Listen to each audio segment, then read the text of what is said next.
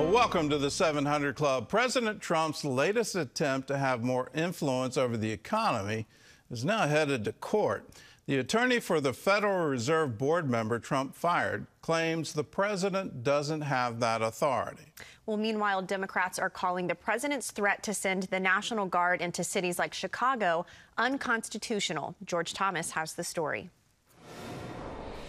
The Federal Reserve says it will go along with whatever the courts decide on whether the president has the legal authority to fire Fed board member Lisa Cook. In a cabinet meeting Tuesday, President Trump insisted that Cook, one of 7 governors on the board, had to be removed over allegations she committed mortgage fraud. Seems to have had an infraction, and she can't have an infraction. We need people that are 100% above board. And it doesn't seem like she was. For months, the president has been leaning on Federal Reserve Chair Jerome Powell to lower interest rates. While the president appoints Fed governors, economists say the central bank is designed to operate independently from political influence. Fed independence is very important, and countries that have independent central banks tend to be more prosperous than those that do not. Reporters asked the president if he's looking for a reason to fire Cook just because he disagreed with her. Is your administration weaponizing government by digging into the mortgage records of officials you don't like? No, they're public. I mean, you can find out those records. You can go check out the records yourself. Cook, a Biden appointee, says she will not resign and has threatened legal action. Trump has reportedly told advisors he wants to move quickly on a replacement and is prepared to go to court over the firing. The case could go to the Supreme Court. It does seem that there are efforts by some, around the president to, really change the composition of the Fed board here. While the Fed fight grabs headlines in D.C., Trump continues to say he intends to send the National Guard into cities like Chicago, New York, and others to fight crime. He's already deployed the Guard in Washington, D.C., but Democrats say the move to expand to other cities is unconstitutional. So the line is that I'm a dictator, but I stop crime. So a lot of people say, if that's the case, I'd rather have a dictator. But I'm not a dictator. I just know how to stop crime. Illinois State Governor J.B. Pritzker is pushing back, insisting there is no emergency that warrants sending troops into the Windy City. George Thomas, CBN News. Well, CBN News White House correspondent Kelly Wright joins us now for more. So, Kelly, the president, he's been asking the Fed to lower interest rates for a while now. So is this just another attempt to target people who appear to be standing in his way? Yeah, Gordon, good morning to you. It would seem to be an obvious situation. The transparency of all this seems to be very real. As you know, the president has been calling Jerome Powell too late Powell. And now with this information about Lisa Cook and how she purchased 2 homes and claimed those homes in 2 different states, by the way, Michigan and Georgia, as her personal property. This was just a report that came to the president's attention, and he looks at that without any evidence to verify it, and says that he's going to fire Lisa Cook from the Federal Reserve Board. She's pushing back and is already lawyered up to actually fight the president on this. Because the president has to show just cause in dismissing her. And while he alleges that she has made an infraction, none of this has come to court. None of this has reached or passed the bar so far of being a formal charge against her. Does he have the power to fire her for just cause? For just cause, he does. It can be questioned by the Supreme Court, though, because the president also must recognize that the Federal Reserve Board remains independent. It should not be politicized. And some critics are now charging or asserting the president is actually politicizing the situation and weaponizing it because of the fact, as he has stated, too late Jerome Powell has not lowered the interest rates as the president deems necessary and wants that to be done. Well, you're living in D.C., working in D.C., so let's turn to that and the deployment of National Guard. What's the opinion of people in D.C.? Is crime now going down, or are they reacting against it? Look, it's a little bit of both, Gordon. Crime is going down. You have people applauding that. Yesterday, during the cabinet meeting, there was a reporter, someone that I know personally, a former colleague of mine from another network, who talked about the fact that she had been assaulted or threatened with a gun, and she divulged that information in front of the president and the whole world for that matter.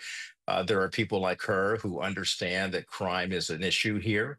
Anyone who's been violated by criminal activity applauds the president. And those who are saying that he's doing the right thing are basically stating that they stand with him. Even those in Ward 8, an area that I grew up in, they want to see more presence. At the same time, there's pushback because many people believe that it feels like an occupation rather than a liberation from crime. The president's getting tough on crime. There's law and order being applied. But beyond that, Gordon, what about the boots on the ground of the faith-based industries that are operating here, those nonprofits that are trying to be violence interrupters and helping the people on the streets? Could there be a merger between the boots on the ground from the National Guard as well as people of faith in operating to make D.C. safer and better? Well, that would be a great solution, and I would certainly applaud that. It seems to Indeed. work. Just here in Norfolk, when chaplains came along, pastors came along on ride-alongs, it really worked, and it helped to diffuse situations that would otherwise get very violent. Let's turn to Chicago. I was just there. It was interesting when you walk the streets, you don't feel particularly threatened. It seems to be rather remarkably safe. But when you talk to people living there, they express some concerns, particularly about certain neighborhoods where even the police don't go anymore. And then what's happening in the stores, particularly the drugstores, where everything is locked down. You can't. You have to ask for each item from a staff member behind a protective shield. So he's got the constitutional authority to deploy him in D.C., but absent some kind of emergency, does he have the power to do that in Chicago? Gordon, he could do exactly what he did in Los Angeles. He could actually go into Los Angeles, as he did in June, start sending the National Guard troops there, putting boots on the ground. And the president says because he did that, he was able to prevent a riot from taking place in Los Angeles. Of course, that's being challenged by Governor Gavin Newsom. When you look to Chicago, and you brought us some interesting things about what you observe in Chicago. It is a great city.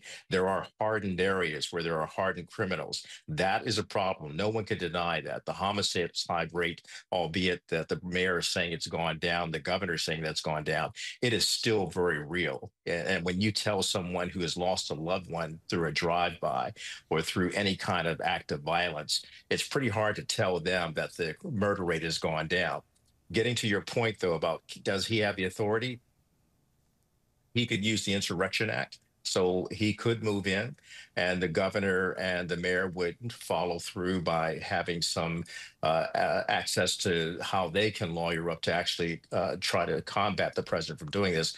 But I remember talking to the president several years ago when he was president 45, and I asked him about that very scenario of sending troops into Chicago. I said, Mr. President, there are faith-based groups on the ground who are violence interrupters, and they're trying to mentor these kids to keep them from going by way of violence. Have you spoken to them? He told me that he did. And he was still adamant about putting boots on the ground if it was necessary. Well, we live in very interesting times, and as White House correspondent, it seems like every news cycle there's just something new, and this is it's just interesting to me. It's really going to come down to what the courts decide, and we're seeing multiple lawsuits here, and trying to prevent Trump from doing things, and then multiple claims of him being some kind of dictator. It's really. It's fascinating to watch, but yeah. It's fascinating. If I may, Gordon, you said something very key. You talked about Norfolk, Virginia. I was a reporter in the streets of Norfolk, Virginia when I saw chaplains working alongside police officers, and I saw how that worked. There's also a model that police use called police actively caring for people. That means they're working with chaplains, they're working with the faith-based community. Governor Wes Moore is talking about that as well, albeit he has not identified those faith-based communities, but that's who he's working with. If the president and the White House can get behind and get with this faith-based community, as you stated, it could be very successful and could have a model success that no one can throw a rock at because it does work. It does work, and prayer works, and faith works. Yeah. And as Christians, as we look at these news cycles where everything just seems to be turned upside down, the number one thing we can do is pray. The number two thing we can do is keep proclaiming the gospel. And just like Francis of Assisi, sometimes we use words, but most of the time, let's use our actions. So let's pray for our neighborhoods. Let's not be afraid. Let's go forward. When these neighborhoods are in that kind of condition, what they're really screaming for is, could you please send us the good news? Could you tell us a different way to live? And we've got that good news, and so let's do that. Kelly, thanks for being with us, and thanks for your insights. Well, in Israel, hundreds of thousands of demonstrators took to the streets demanding a deal to free the hostages. Prime Minister Benjamin Netanyahu declared the war won't end until Hamas is defeated. CBN Middle East correspondent Julie Stahl reports. Some 350,000 Israelis gathered in a mass rally in Tel Aviv Tuesday evening, calling on the government to make a deal with Hamas to free the hostages. Prime Minister Benjamin Netanyahu met with his security cabinet Tuesday, but said little about what was discussed, emphasizing the fighting will continue until Hamas gives up. It started in Gaza and it will end in Gaza. We will not leave these monsters there. We will release all our hostages. We will ensure that Gaza no longer poses a threat to Israel. Jonathan Speyer of the Middle East Forum says the war can only end with complete victory for Israel. My view is that it has to end with the complete destruction of the Islamist Authority in Gaza. Anything less than that would represent a victory for Hamas. Israel apologized for killing journalists and first responders in an attack on the Nasser hospital in Gaza, but noted 6 others killed in the attack were terrorists.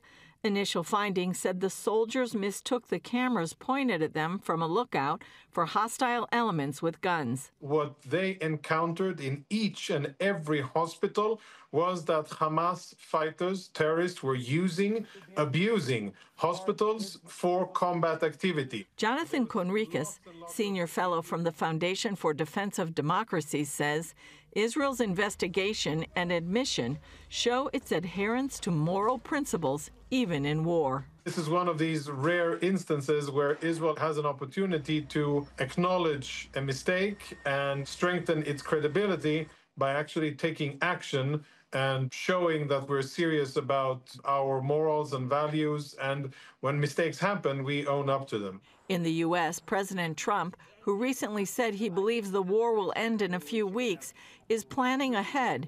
He and Special Envoy Steve Witkoff are set to hold meetings at the White House today to discuss a comprehensive plan to manage Gaza after the war. Julie Stahl, CBN News, Jerusalem. Well, Israel's in a moment, just as our President Roosevelt was in a moment in World War II, where he said unconditional surrender is the only way forward. We have to have total victory, whether over Japan or over Germany. That this ideology can no longer last. It can no longer remain in power. For Israel, having Hamas still in power in Gaza is a non-starter. They can't exist with that kind of terror group and that kind of violence right next door. They've shown repeatedly they just want to launch rockets. There are places in the Gaza envelope that are actually named Rocket Town. Because of the number of attacks over the years, and it's time for it to stop. For anyone distressed about that hospital, yes, you can blame Israel. You can blame a mistake. They were thinking that cameras were somehow weapons, and okay. But why not blame Hamas? If Hamas is using hospitals and schools and mosques and churches as places to hide weapons and to hide fighters and to build tunnels underneath them, have headquarters underneath them, well, then Hamas is the real enemy here. And Hamas is the one that started it. Hamas is the one that's continuing it. This could all be over if Hamas surrendered and released the hostages. Let's keep the pressure on Hamas. Israel is not the target.